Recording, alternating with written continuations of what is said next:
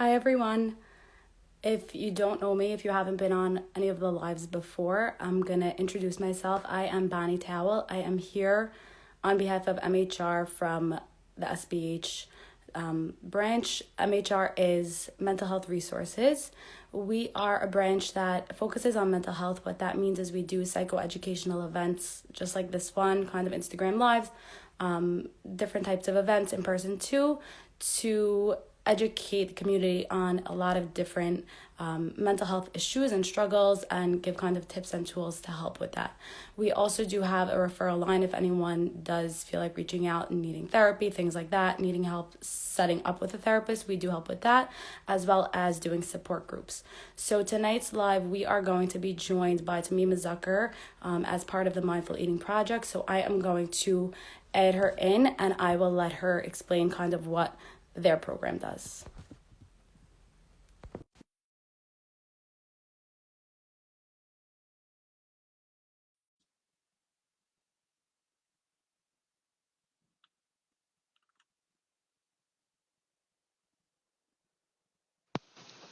Hi, Bonnie. Hi, how are you? I'm doing well. I love when this goes smoothly with the joining. It makes Yeah, me it feels a lot better because sometimes it really does kind of cut out. okay. Okay. Hi, everybody. So I heard your introduction. So is it okay if I just dive Yeah, into mine jump really quick? right in for Okay. sure. Hi, everyone. Welcome. We're so happy that you're joining us for this really important topic. My name is Temimah Zucker. I'm a licensed clinical social worker, and I'm here on behalf of SAFE's division called the Mindful Eating Project, which is really an amazing resource in the community to help people specifically who are struggling with eating disorders, disordered eating, or even just working through a tough relationship with one's body or body image. And so we have a really amazing resource. The hotline is one of the big ones that we can provide, where you can anonymously call in. The information is on our Instagram, on the website, which you can obviously find here. Give us a follow and you can check it out, where you can call in with questions, whether you're concerned about yourself or someone else, again, completely anonymous. And like I said, this is such a needed resource in the community specifically for eating struggles. So I'm here on behalf of the Mindful Eating Project to join Bonnie once again for a really important discussion. So, Bonnie, do you want to kick us off in terms of what we were hoping to talk about Yes. tonight? So tonight, for those of you that are a little bit, curious as to what this is going to be about, it really is focused on, of course, eating, body image, being that we do have the Mindful Eating Project with us tonight, as well as the community pressures and how that plays a role into eating habits, body image, the ways that we look at ourselves, and specific vacation and going to different places that may put a lot of pressure on a person to feel a certain way or to feel they have to look a certain way. So what we were thinking is we want to kick it off kind of painting a picture, right? So I'm going to paint a picture of what a lot of people may be feeling, may have some similar thoughts, may have some different thoughts. Either way, totally fine, right?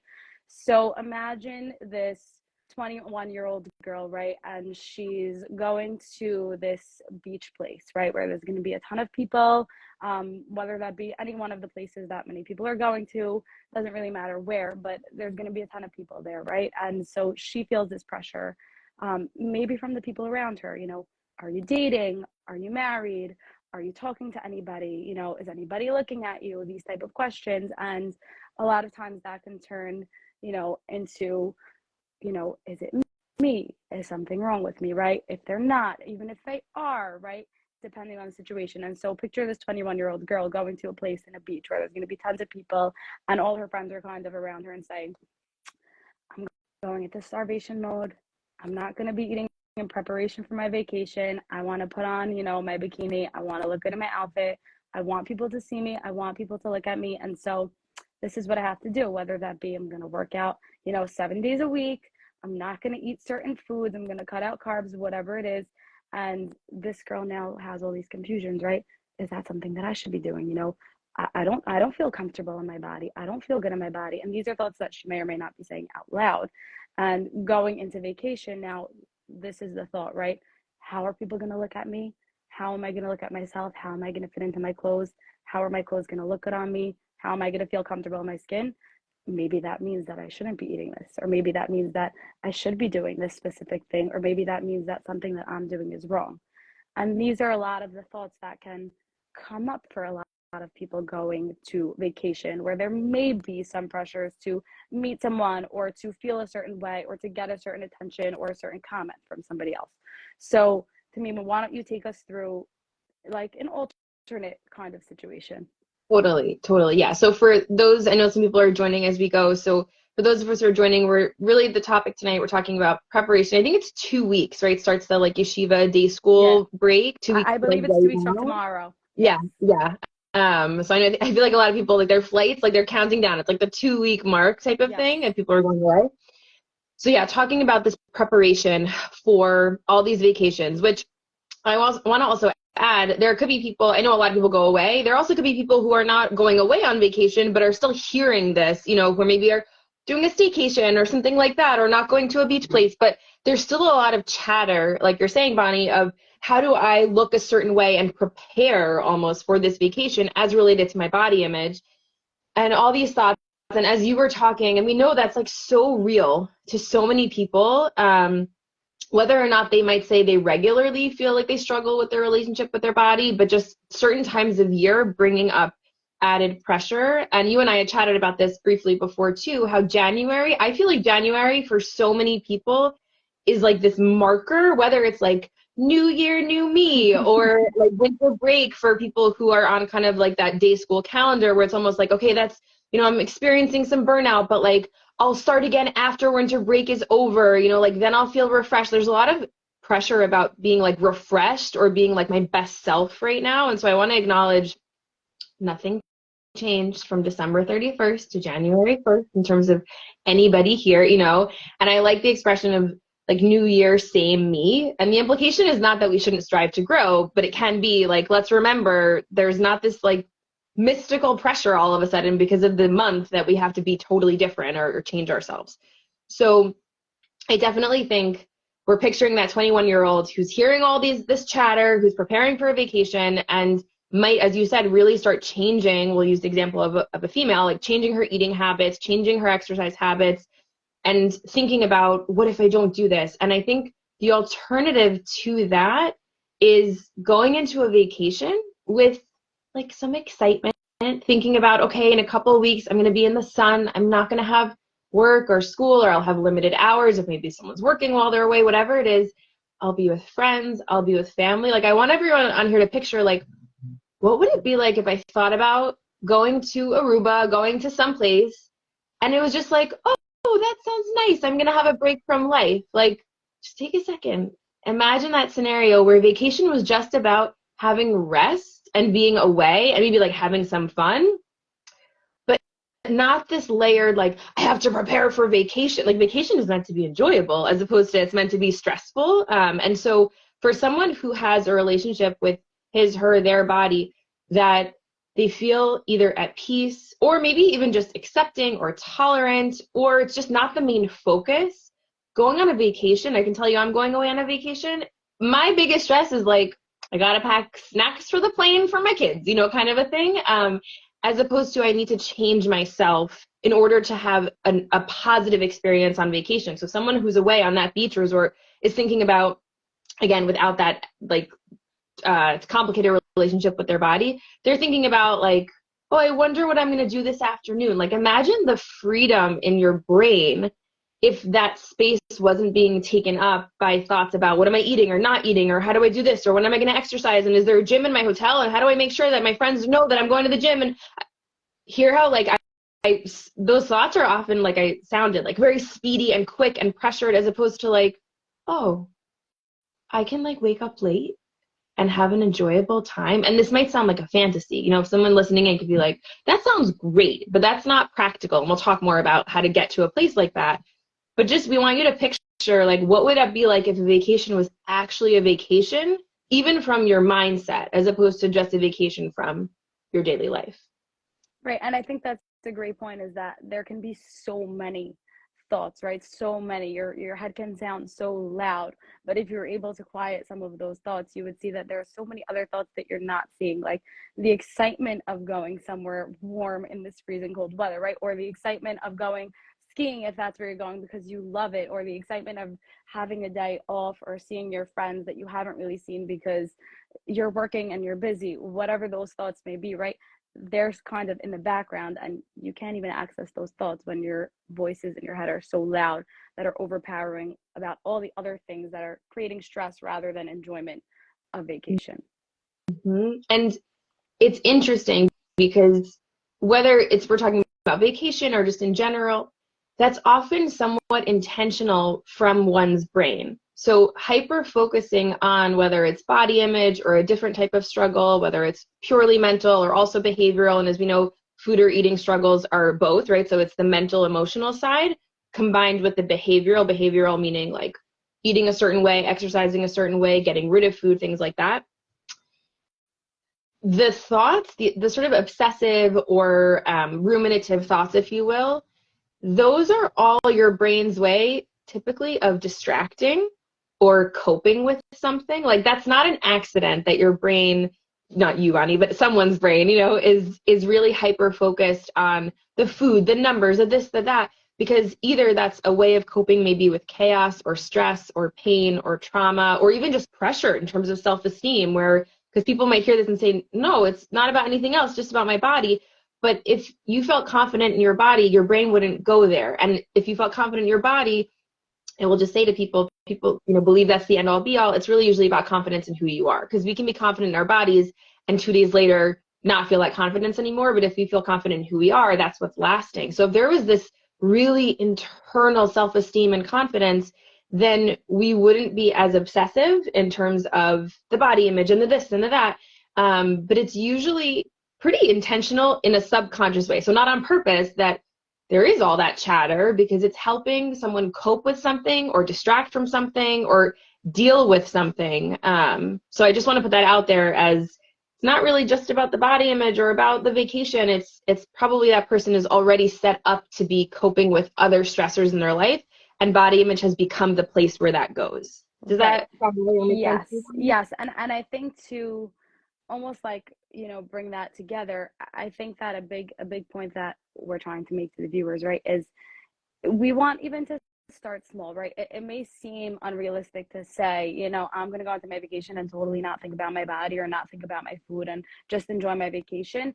And yeah, maybe eventually one day that is the goal, right? But if that feels so far off for some people, that's also okay. And maybe the goal is just to do something small, like, go on my vacation and enjoy this one food that like I always want to have, but I'll never have, right? Or, go on my vacation and wear this one outfit that I don't really know if like I feel I'm allowed to wear, but I really want to, whatever that be, right? It can be one small goal for each person, based on where you're at and where you feel comfortable pushing yourself. And I would like to move it towards what you were saying, is that it's not just necessarily the food, right? The food, the body image, it's not just necessarily that one thing that is overpowering. It's usually a variety of things that's kind of coming out in that area, right? And so I would like to kind of like move it towards that, and let's explain that to people, right? How does the pressure and the stress of going away, of wanting a certain thing or looking for a certain thing on vacation or expecting something from vacation, kind of tie into how people can feel about their bodies and about food and their behaviors with food. Totally. So I'm going to take a second just for anyone who's joining now, because I see people coming on. Welcome.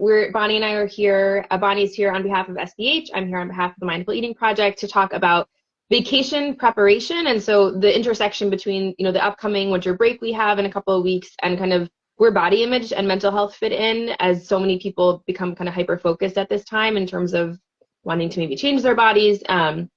Okay, so such an important point to break down of what is the connection, just to recap to make sure I'm getting it right, the connection between like the sort of pressure and then like where the body kind of fits in, if you will. And so it's layered in the sense that since probably the beginning of time, the way that we cope with our emotions can look different for each person. Sometimes it is adaptive, it's healthy, if you will, and sometimes it's unhealthy. And so, we think about how through life, and I'm just going to go backward very briefly, different life stages, we have different ways of coping. So, an infant or toddler will usually like have a pacifier, suck their thumb. There are different ways that we are tolerating our emotions. As we get older and we're trying to cope with the world at large, there isn't always a clear example of like, here is how you cope in a healthy way. They're almost like these cliches of like, you journal, and journaling is great. I'm not discounting that, but it can be really hard to know, like, how do I take care of myself when the world feels scary or overwhelming, or I feel like I don't quite know who I am.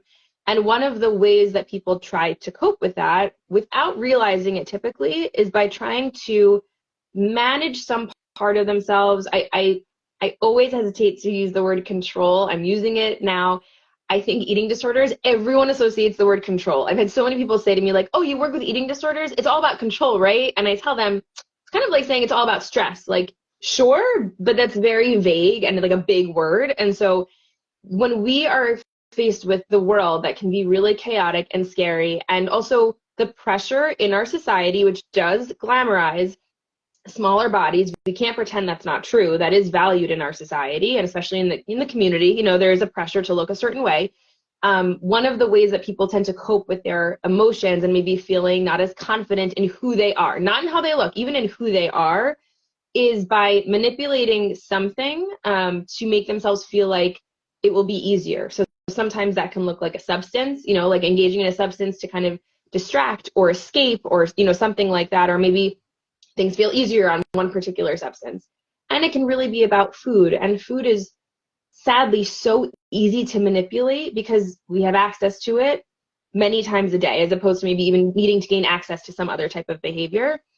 And it's so glamorized to manipulate food to change our bodies. So if someone comes forward and says, I realize that I've been really like nervous about vacation, and I'm noticing like I've kind of either like lost my appetite or something, I guarantee the response would be something like, "Oh, you're so lucky," like that's amazing. Like it's so glamorized, as opposed to saying, "How are you feeling? Are you okay? What do you think you need?" So it's sort of an added challenge, with that particular type of behavior, which of course is not the only way people manipulate food. People also binge. They also, get rid of food. It's not just about restricting.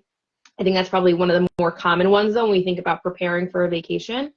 And so people really try to turn to something that will help them distract or cope and make them believe that if I do this thing, I will feel better and then things will be easier. When in reality, things are typically harder. It doesn't last in terms of the effects. 95% of people who go on a diet like regain the weight within 2 years and actually gain more. It's sort of a false thing to reach for. And it's so ingrained that people believe I will feel better if I look smaller, when really most people, when they look back, are like, no, I did not feel better at all, but I believed I would feel better and I kept chasing it. I know that was a little bit long-winded, but does it make sense? Yes, and I think that what you said was, pretty accurate, that people are chasing something. It's not necessarily the small body, right? It's the feeling that's going to come with it.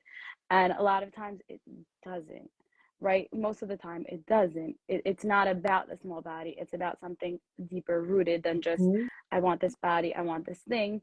And a lot of times what you said is that, yes, it is pretty glamorized, right? Somebody loses weight or somebody isn't eating, or right. And then people will say, wow, like that's great. You look great, or complimenting, when in reality, they kind of don't know what that person's struggling through, and that person can be in a very unhealthy place, and you just wouldn't know it, right? And so I think that that's a big piece to bring in, is that I like how you said the control piece is really broad, right? It's not just about the one piece of control, because there's a lot of other pieces that can come in. So it seems like there's a lot of things that are really, really intertwined into how you can, feel towards food, and why people can go to food, because it is a more easily accessible, thing to go towards, or to control, for lack of better words, Yeah. right? And so it's really, really complex, is what we're trying to tell people, is that it's not just about the food. It's not just about the body. It's about the emotions that are underneath it, and the feelings that are underneath it, and striving towards a feeling. It's not necessarily about the body, right, that we're striving towards. It's about the feeling that we think is going to come when, achieving that weight, or that, food habit, or whatever that is, right? And a lot of times those things don't come together. And I can totally picture, by the way, people who are either listening in now or maybe, are listening to this later saying like, what are you talking about? Like, I totally feel better, like when I have either like lost weight or I'm trying to lose weight. So I want to also be clear. It's not that I'm saying I don't know what you're talking about. Like I hear that. It's also typically very fleeting and consuming and unsustainable. So, and that's the part that we want to think about of the impact on your life and functioning in general, so because I'm not denying that because of our societal pressures, because of the way our bodies and our brains come together and all of that, I'm not denying that it might be like, oh my gosh, look, I fit into this outfit. Now I feel amazing. You can't tell me I don't feel amazing. I'm not saying that. First of all, I would encourage you to think about you weren't born like that. Like when you were born and you fit into your like 0 to 3 month onesie, you were in like, I feel amazing. Like there was nothing about that. That is very much learned behavior that looking a certain way is what's better. And then I always tell people, okay, I'm with you. And like, what happens next? And it's like, oh, well, I have to sustain it. And it's like, oh, and what does that look like? And usually then we get into a conversation of like, oh, well, I couldn't go to that one friend's thing because I was worried about the food, or I did, and I ended up binging that night, and I felt really guilty, and then that set me on a cycle of binging and restricting. And it's not as simple as just, oh, I wanted to look a certain way, and then I did. Typically, it's usually much more complicated, and it becomes very consuming, and it's all people think about. And so what Bonnie and I are here to sort of introduce as an idea, for some folks maybe, is that like it doesn't have to be so all consuming. And exactly, I love what you said, Bonnie. It's not about us coming on here tonight and saying everybody should just abandon everything you've known until now about body image. And, of course it's not that simple, but even just, I like the expression planting seeds of what could you do, or what would it look like to take one step that would move away from sort of an obsessive or hyper-focused relationship with your body or on your body image that takes you closer to being connected to yourself. Like it's about thinking of like one thing to start with. Right. And you know what? I like how you said you're constantly striving, right? And so thinking about it kind of in a different sort of way and saying, searching for a number on a scale, right? That's very end result focused. And so whatever you're doing, right, you're creating, let's say, a healthier habit or a healthier relationship with food, and that number is going up, if that's the goal, you kind of feel dead, right? But if the goal were more in the process and the journey of, I want to have a healthy relationship with food, I want to be able to enjoy my favorite food, and if that was kind of the more glamorized piece in society, then you would feel really, really good about that process, right? And so looking at it, instead of looking for a specific end result, maybe looking at different goals and changing your goals. Totally. I love that. I really love that. I've seen that a lot, even around like the new year, people who are trying to move away from this idea of like the gimmicky kind of like, it's a new year, change everything, being like, just think about even like, what does your relationship with, let's say, like sleep look like? Like, how can you have a healthier relationship with sleep? The same thing. I love that with like food and body image, as opposed to I'm going to do this many times, just saying like, what would that look like? And I think it's so important to recognize too that the word health, and I feel like we talk about this at some point every time I talk in front of anybody, because health is such a relative term. And when we talk about like healthy habits now, I feel like our cultural, sort of perspective is like health, if we think about healthy food, people just think of like green food or low calorie food, or like there's such definitions to health, when really health is different for every person, and health is about someone's systems all functioning in the best way they can and things like that. And I can give all these examples of the way like the word health is very relative. So I also want to ask people here to, reconsider what your definition of health is. And if it's about healthy, healthy habits or healthy eating, that doesn't necessarily mean like eating kale all the time. Like healthy eating could mean I'm going to let go of having a hierarchy of foods, because I realize that when I do that, I end up having things off limits, and then I end up binging on them. Like I want to have a healthier relationship with different kinds of foods, as an example.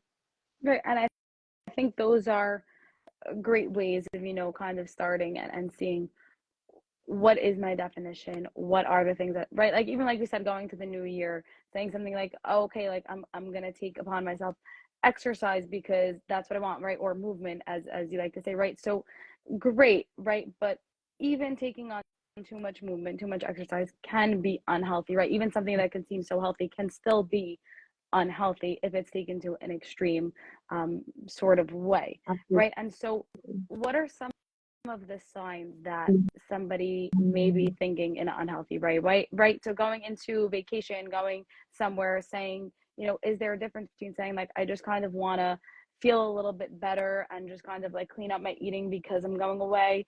Is that an unhealthy sign, right? What are some of the signs that maybe the thinking is unhealthy or the feelings are unhealthy, as opposed to, a more moderate and healthy way of thinking? Mhm. Absolutely. So it's tricky because it's obviously every person is unique. And if anyone, by the way, as we're talking, for those of us who are joining and coming into the conversation, if anyone has a thought or something that you've practiced or a question, of course, feel free to chime in. It's a little bit hard for us to read like individual messages, direct messages, but in the comment section, if you have a thought or a question for us, let us know as we keep talking about preparing for vacation. I think so this is where it starts with each person reflecting on what their current relationship with body and food is. Because I think that the steps everyone can take are going to look different based on where someone's at. So if it's like evaluating, okay, what is and this could be a great like journaling, I mentioned journaling before, a journaling prompt or just something to think about in the shower, kind of like, like what is my relationship with food like? And some people are like, I know the answer. I think about that all the time. And other people are like, well, I think about food, but I don't think about what my relationship with food is. So thinking about like, what is it like? And what would I want it to be like? And even if the answer to that is sort of followed up quickly with like, that sounds impossible, like I could, or I would never do that, even if that's what I want, then thinking, okay, as I think about, preparing for vacation, whether I'm going away or not, what do I notice that I'm already deciding I'm going to do? And can I bring it down a little bit if I recognize that like that's a behavior that leads my brain to spiral, that makes me feel really overwhelmed. I feel like I'm also not going to enjoy my time. So as an easy example, if people are thinking about going away and already thinking about like, let's say exercise or movement while they're away, and it's like, I'm already deciding that I'm going to do this, this, and this while I'm gone. I don't want to give such specifics because I'm not trying to prescribe an idea or make one idea the thing that's the most severe, just anything.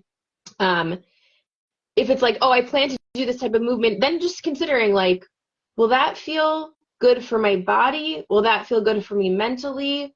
What is that promoting? And by the way, I am not saying movement is bad, just because people will often say like, you make it sound like exercise is bad. No, but when exercise is done to compensate for eating or done in a way that feels like you're sort of a slave to the exercise, that's when it's a problem. So if it's like, oh, I know that when I'm away, I will let myself eat whatever, but then I'm really rigid about movement, even thinking of like, can you take it down like a notch, where it would be amazing if it was like, oh, that wasn't your relationship with movement, but that's a lot to ask. And that can require a bit more work mentally and emotionally. So even if it's like a certain number of days, bringing it down a little bit or thinking about the amount of time you spend, maybe getting into the numbers, but in like a positive way of recognizing how you can just like bring yourself down. And again, the biggest question is like, what does that do for me? And how does that feel to recognize that like, I only feel like I have permission to have fun if I do this thing that makes me feel so pressured and rigid. I even just like considering just like sitting with that and feeling like, what does it feel like in your body when you think about that? What does it feel like to think about what your goal would be of what you'd want your relationship with food or movement to look like? Just like letting it sink in a little bit. Right. And so it sounds like what you're saying, right, is looking at the reason, right? So saying I want to exercise on vacation doesn't have to mean healthy or unhealthy, right? It's more about, why is it that I'm doing that, right? Is it because if I don't exercise, I feel I'm going to look bad in my clothing? If I don't exercise, I feel like I'm going to gain weight because I'm eating all this food and now I need to exercise? Or is it because I genuinely love how I feel when I exercise, because it starts off my day amazing, and mentally I feel like my mind is clear, right? Because those are two totally different outcomes from the same exact activity, right? Totally. Totally. And one is giving you total clarity and one is giving you stress. Exactly. Exactly. And I think that one of the hard things is people sometimes I think that what can come up is feeling like, well, I know it's stress, but I feel like I can't stop. Or like, I know that it's so hard, but like, what am I to do? Like, this is sort of how it is or something like that. And I don't want to discount how much of a pressure it can feel like. And especially when everyone around you maybe is talking about what they're eating before, Aruba or whatever, whatever it is. And like, oh, I have two choices for lunch and I'm going to have this because we know we're going on vacation. Like, even if someone is like, oh, I don't really think that way, but everyone around me is thinking that way. Am I supposed to, you mentioned that before, like, am I supposed to be thinking that way? Like that kind of a thing. And I think being able to reflect on, as you said, like kind of, we're talking about what does this do for me and what does it feel like for me? And also noticing predetermined rules. That's a big one. So if someone goes in being like, I'm only going to eat X, like even the idea of, let me just question, like, what am I in the mood for? Even if you don't change what you do. Just like starting to ask these questions to make somewhat of a change of like, okay, instead of saying, I know already what I'm ordering, even just let me look at the menu. And again, even if you're like, I'm still going to order the thing I had in mind, like just get in touch with what do you want and what would it be like to live a life where like you order what you're in the mood for and what your body is craving and you don't predetermine any rules about how you're eating or moving, kind of a thing. Right. Kind of starting off that awareness of where are my thoughts doesn't necessarily mean you need to change what you're doing, but creating that awareness so that you Yeah, understand, even, get in touch with yourself a little bit more to understand what am I thinking? What are my thoughts? What are my feelings, right, about this? Even if I'm not going to do anything about it, just to become in touch with yourself, yeah, to understand where are my thoughts standing, right? And so to segue off of that, right, we mentioned having other people talking about it constantly, especially, right, if all your friends are talking about it, especially if your parents are talking about it or telling you where to go, what to wear, what to eat, things like this. There's a clear, kind of crossing of boundaries.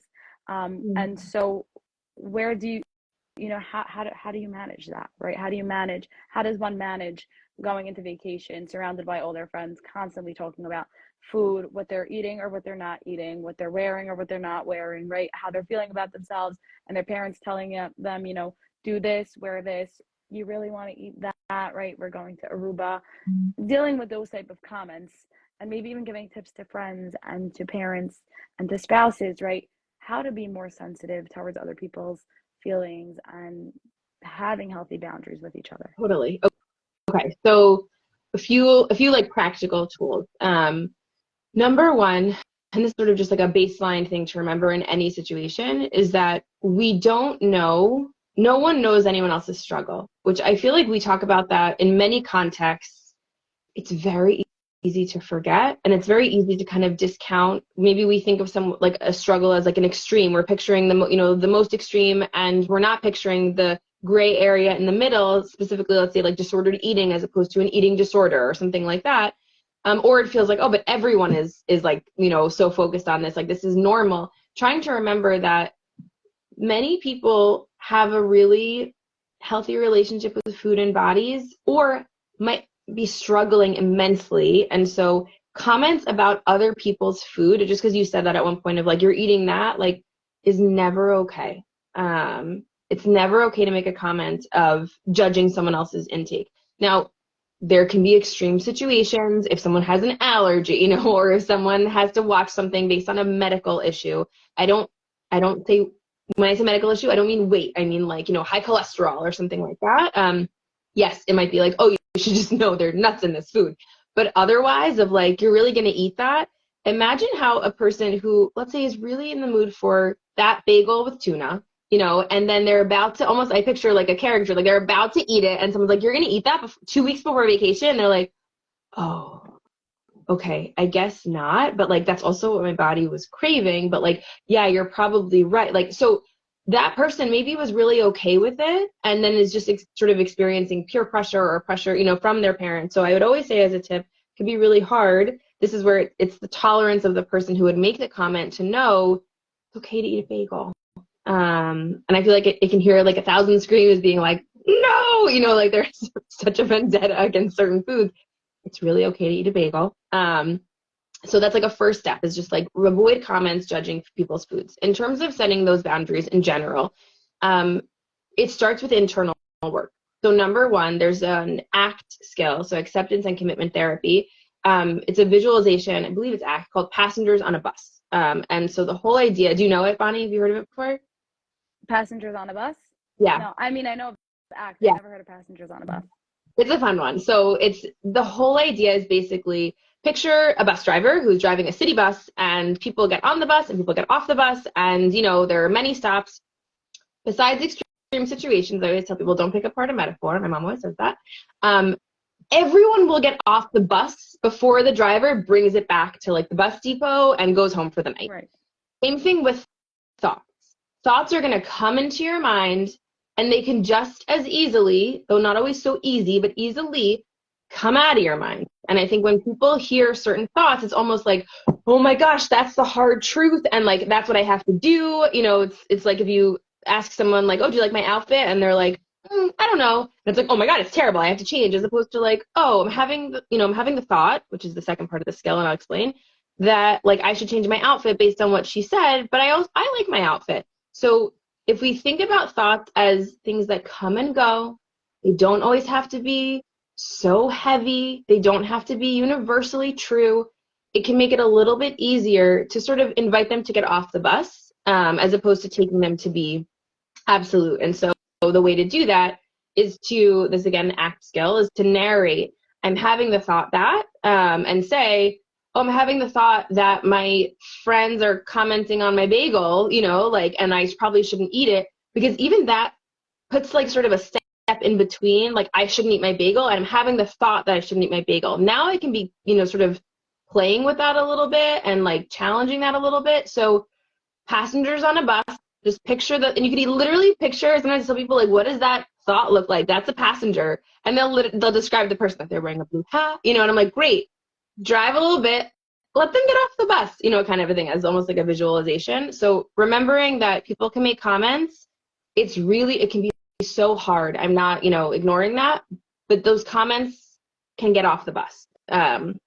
So that's one. Does that make sense? It's interesting. Yes, I guess I think of it a little bit differently, and like I work with my clients, when I talk to my clients, I use like the analogy of a wave, right? Waves are coming and going. And so like kind of just like letting that wave come and go, because if you know, you can try to hold on, but eventually it's going to disappear, and you can let it. You don't have to keep holding on to it, right? You can let it disappear. And so I think in this sort of situation, you know, first of all, explaining to people, right, it's not really okay to comment on other people's behaviors. But then also, right, even let's say for the person that is about to eat the bagel, right, about to bite into that tuna sandwich, and saying, you know, recognizing maybe that person that commented has their own issues too, right? Because a lot of times that people will have a thought, it's not necessarily what's really happening, right? So that person that's about to eat that bagel may think, oh, I can't eat this bagel because like I clearly have to watch my weight because this person is saying that thing. And, you know, it may be a lot of different thoughts that are coming in. It may be something different, right? But understanding that the thought doesn't necessarily mean that's the reality of the situation. It may not be. It may just be that that person has their own food issues and would never eat that themselves because they feel they can. And so they kind of put that onto you. And that doesn't need to become your struggle just because it's somebody else's struggle, right? So to recognize that and to just be aware and think, okay, like I just realized, right, I almost thought I shouldn't eat this bagel because this person, but you know, this person doesn't dictate my feelings, and this person may have their own issues that they're struggling with. And you know what, that doesn't have to become my struggle, right? And just kind of recognizing that and separating, you know, the two situations, separating your thoughts and recognizing that might not be the reality of it. And even if I felt, you know, uncertain for a second, that feeling can still pass me by and I can still enjoy this bagel. Amazing. It's interesting. Yeah. So I think if we couple together the like passengers on a bus and then the DBT, the dialectical behavioral therapy, kind of like riding the wave, I think that adds actually a layer where that can also be applied with the feeling, you know, where like riding the wave of an emotional experience where someone might be like, I'm so overwhelmed, or like I'm thinking about like I have to wear this outfit tonight, and recognizing also passenger, like thoughts can get on and off, like feelings too, because we really have both obviously at the same time. Like riding the wave of the emotional experience, that could be like feeling that, your heart rate is going up, or feeling like blood is flowing to your hands, or feeling like you're, just like getting warm, or whatever it is, just recognizing like it's gonna pass. And I think a big one, and I was thinking about this with sort of tips and tools for vacation specifically, is also reflecting it back to values. So far we have passengers on a bus, so letting thoughts come and go just the same way passengers on a bus come and go, or riding the wave, whether that's a certain thought, like letting it ride out, or an emotion. I think what I'd recommend for everyone is to make a little list of 3 or 4 values that you have that really relate to who you are at your core. So it can be things like family, helping other people, kindness, creativity, curiosity. If you need some help, you can literally just Google like values deck list, and you'll find a ton. And write a few of them down, or if you can just even memorize, like these are 3 values that speak to me. And this is something to take with you in general, not just before a vacation.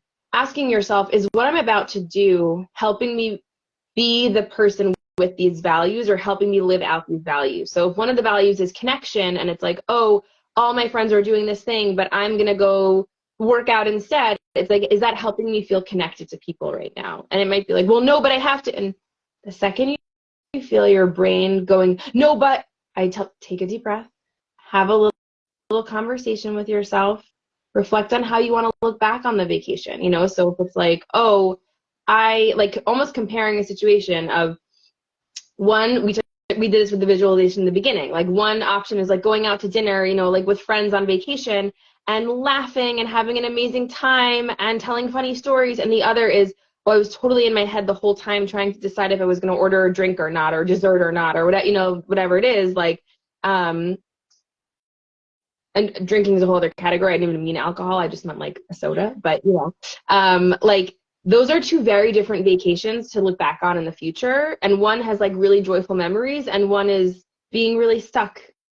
So making a little list of 3 to 5 more values even, and just being able to check in with yourself, but you could do it at any moment of like, is this decision in line with the value? And is it in line with how I want to look back on this vacation in the future? Even though it will probably spike my anxiety right now. And then we go back to the whole riding the wave of like, and even if it does, believing that you can tolerate that spike of anxiety, which is really hard, and that takes practice and maybe some tools, but being able to take some deep breaths, being able to, I always tell people, I may have said this in the last live, but it's like one of my favorite things. If you're feeling overwhelmed in the moment, taking your hands and taking your thumb and your pointer and finding your pulse in each finger, which you can do anywhere at any time. And it helps ground people because you're sort of like focused, and it's almost like a puzzle you have to solve, and it helps with your breathing.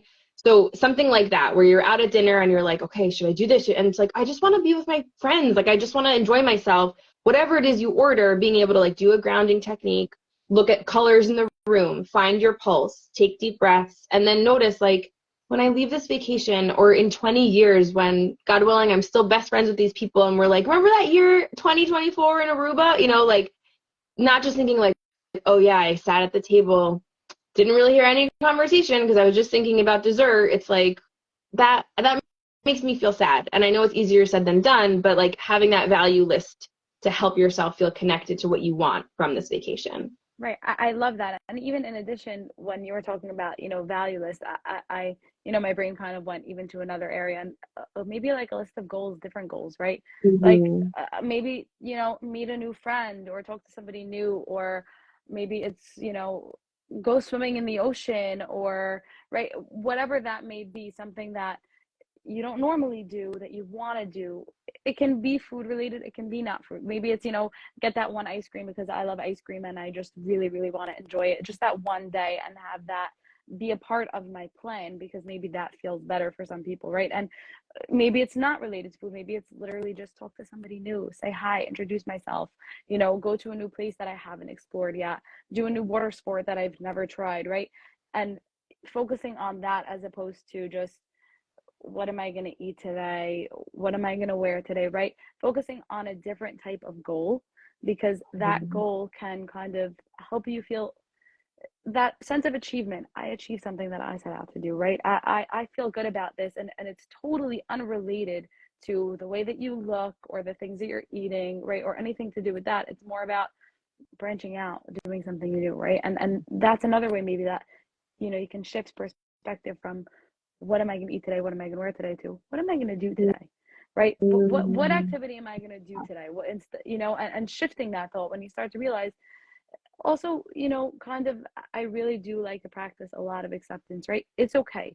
We do live in a society, in a world where things can be very external focused. And so sometimes going into vacation or, somewhere like Aruba or many different places, right, where there is a lot of pressure, yes, people are going to feel stressed and are going to feel that pressure. And that's totally fine, right? It's not to say you're never going to feel that stress. You're never going to feel that pressure.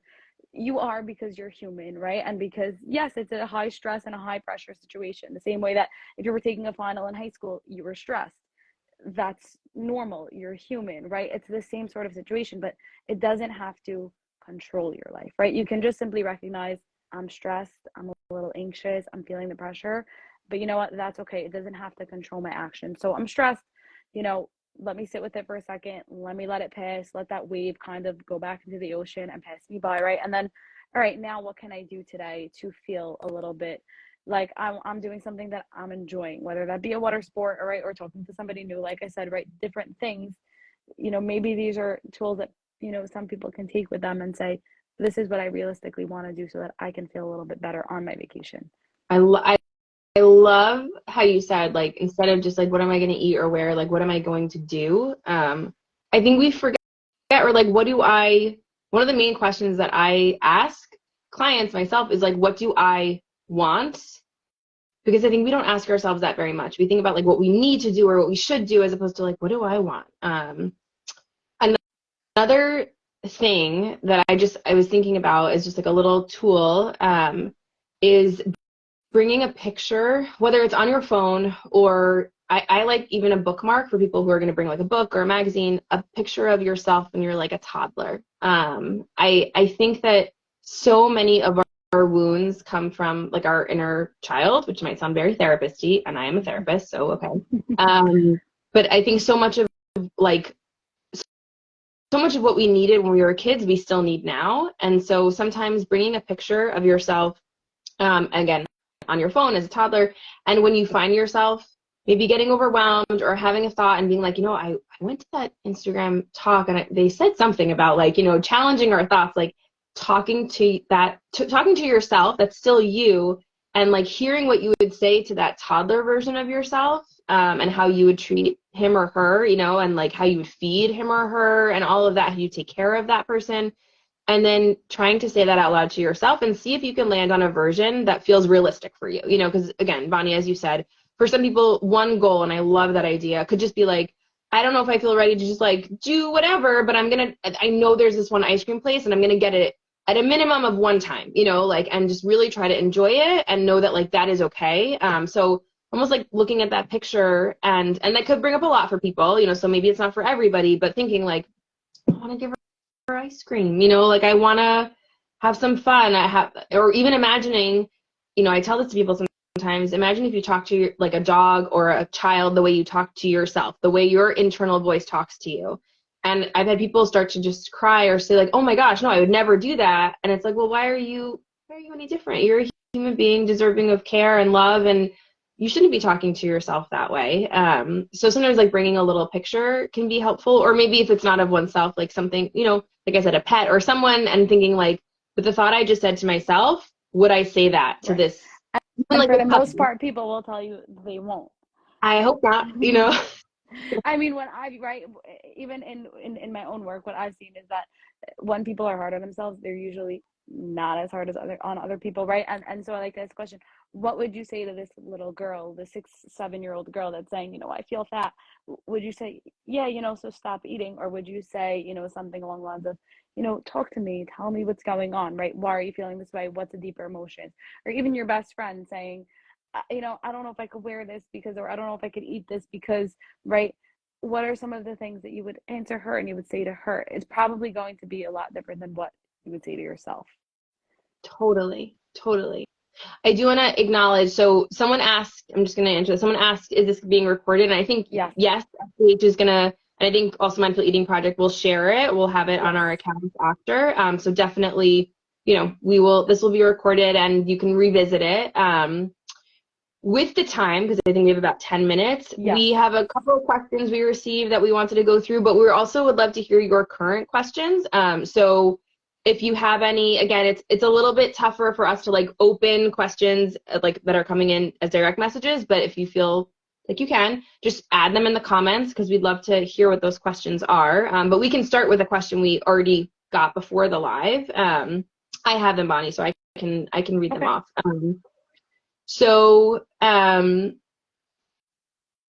Okay, I'm just looking at the list. Okay, how can I deal with thoughts of feeling insecure about my body while I am away on vacation?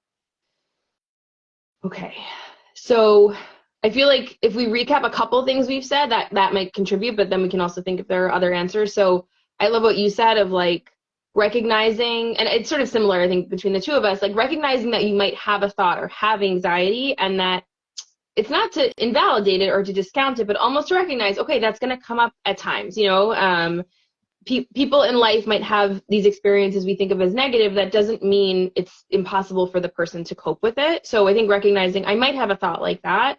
The same way someone have like an insecure thought, and it doesn't mean like, oh my gosh, so what do I do? Knowing that a thought is a thought. So ride the wave, invite the passenger to get off the bus.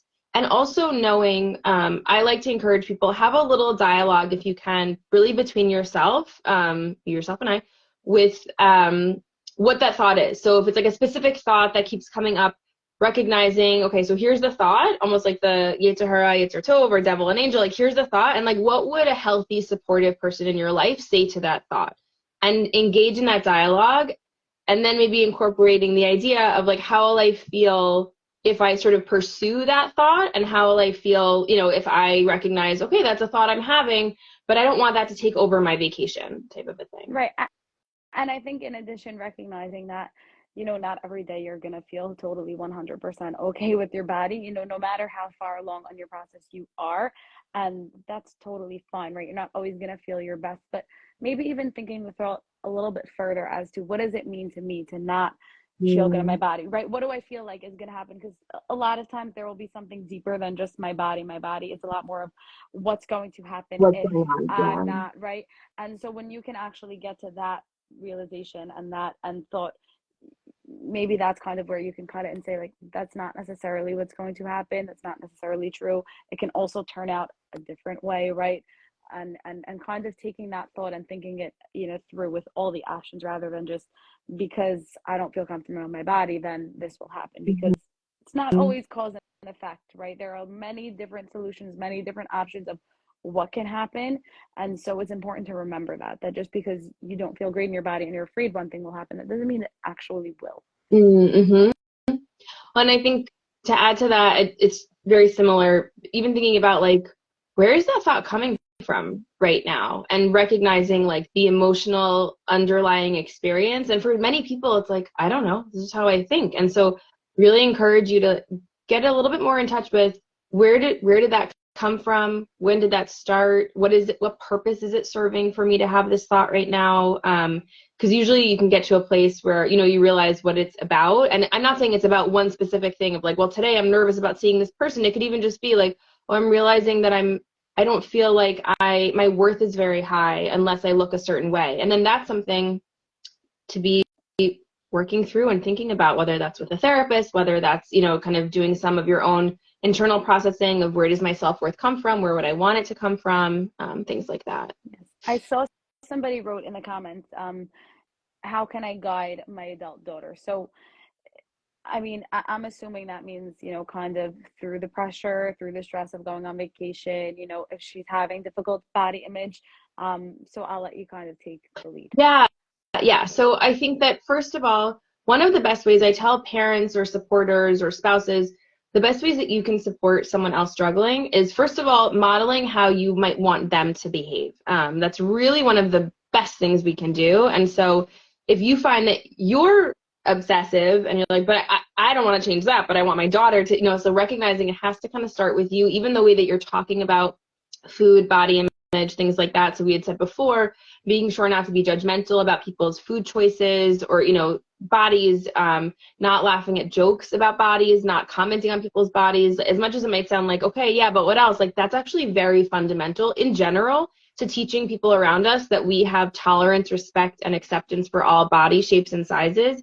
It helps that person know then, oh, okay, I'm getting the message that, my mom would be okay with it if I was doing something different. And again, every situation could be different. So maybe you're talking about someone who's like already struggling, but I do really think that the way we talk about things or comments we can make in a conversation, so if someone makes a joke about someone's size, saying like, well, I don't think it's great to comment on people's sizes.